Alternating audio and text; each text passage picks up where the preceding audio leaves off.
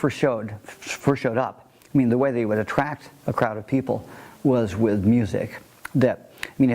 So the first encounter that the First Nations of California had with Europeans was really through music. I mean, they would set off every explosion they could make, gunfire, cannons, make a big ruckus. And then when people would come to see what the commotion was, then Sarah and the other people in his party would have a big procession and then a big musical ceremony.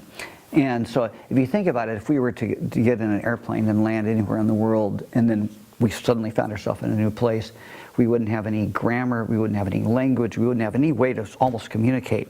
But if you put us in a musical setting, there'd be something universal that we could that would attract us and would cause us maybe to come back the next day. So the friars learned really early on that the way to get people to come back the next day and the next day was with musical experience. It also was a really good pedagogical thing because kids, they're curious and they hang around. And so if you get a few kids seeing pretty early some of the choral pieces, what happens is the kids then, the parents get interested because the kids are interested and then they start sort of showing up as well.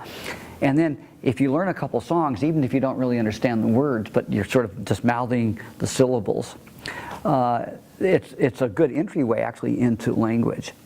So I'd say the initial sort of encounter between the friars and the Spaniards and the Californians, I'd say the nexus, the meeting point was actually musical.